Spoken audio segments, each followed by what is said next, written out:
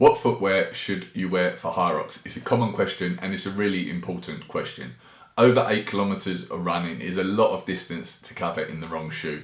Not to mention that having the wrong trainer on some of the functional exercises could really mess up your race. So in this video, I'll cover everything that you need to know about choosing the best footwear for HYROX, and I will also share with you the trainers that I wear and what some of the best performers in the sport wear, including the current world record holders.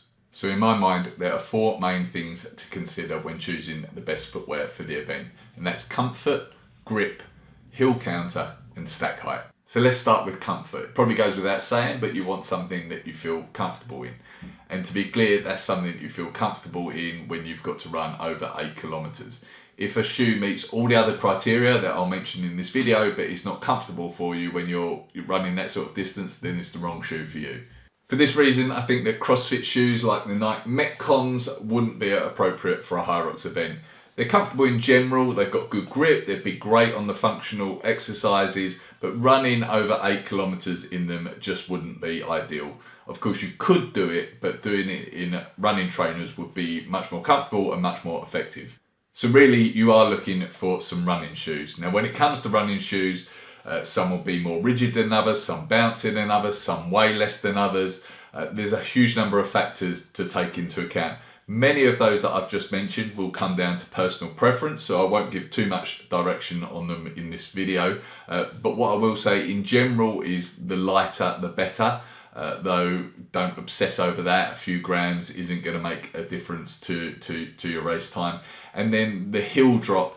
Normally people who run with their heel striking the floor first would benefit from a slightly higher heel drop. But like I say, don't obsess over those factors. If it's comfortable to run in, if you'd be happy to run, say, a 10 kilometer race in them, then that is a good starting point.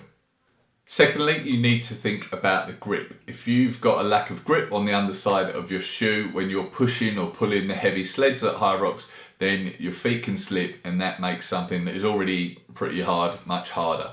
It's certainly something that has caught out a lot of HYROX competitors in the past. The problem is that not all running trainers have a good amount of grip on them. The grip of your shoe is mainly impacted by the amount of rubber and the texture of that rubber on the outsole, which is this section here on the shoe. That's the part that will have the most contact with the carpet when you're pushing the sled. So you do want some grip there. If it's completely smooth, then it will be much more likely to slip. So the heel counter is at the back of the shoe and helps to provide some stability to the foot. Now this is an important thing to consider for HYROX. If the shoe doesn't fit nice and snug around the heel of your foot, then when you're pushing the heavy sled, your foot can slip out of the shoe, and again, that makes pushing the sled very, very hard.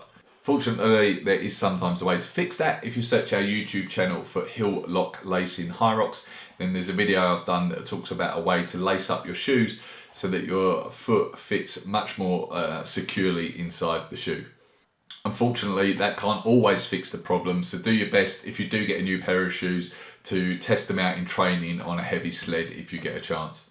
And the final thing to consider is the stack height of the shoe. Now the stack height is essentially the amount of foam on the bottom of the shoe, and it separates the heel of the foot from the floor. The more height or stack height that a shoe has normally makes it feel bouncier, more comfortable to run in, though again that does come down to personal preference. Some people prefer very little stack height, some prefer quite a lot. A good example of shoes with a high stack height are the Nike Vaporfly, which has a stack height of 40mm, and the Nike Alphafly, which is 39mm. World Athletics have said that 40mm is the maximum height for a road race, which is why companies like Nike are bringing many of their shoes very close to that upper limit. However, when it comes to HYROX, you do want to be careful of having too high a stack height, as it could cause some stability problems. A lot of the shoes that I've mentioned, like the Nike Alphafly, the Nike Vaporfly, they're made essentially for road running, which is largely in straight lines, whereas in HYROX you've got the functional exercises, but also you're running in laps. You do have a lot of corners to turn, which wouldn't necessarily feel ideal with a very high stack height. At the time of recording, Hunter McIntyre is the HYROX world champion in the men's division. He wears the Brooks Launch, which have a 26mm stack height. And Lauren Weeks is the women's pro world record holder, and she wears New Balance 1400 V6, and they have a 25mm stack height. Personally, I've used these Nike Pegasus Turbo 2s, which have a 28mm stack height, and they were great. And I've also worn these Hoka's Clifton 8s, which have a 33mm stack height. They were fine, but probably approaching the upper limit of what I'd want to wear in a HYROX race. HYROX are sponsored by Puma, and as at September 2022, they were recommending the Puma DV8 Nitros for the race. Now, I've got a pair of these and I'm planning to use them for my next race. They do have a stack height of 36mm, which is reasonably high, and I do need to use heel lock lacing on them to ensure my foot stays securely in when I'm pushing the heavy sleds. But I'm going to give them a go for the next race because they do feel great when I'm running in them, and they've performed well in my training sessions. So that's pretty much it. One final thing to say is that over on our website at roxlife.com, I do maintain a list of what some of the top athletes in the sport are wearing on their feet. Of course, that list changes all the time as new shoes are released and athletes change what they're wearing, but I do try to keep it as up to date as possible, so check that out. And I'll finish by saying, I know it can seem overwhelming and maybe overly complicated, but try not to overthink it too much. If you've got a pair of shoes that you feel comfortable running in for over 8 kilometers, they've got a good amount of grip, if you use heel lock lacing, and if they don't have an overly huge stack height, then they'll likely be a good choice for the race.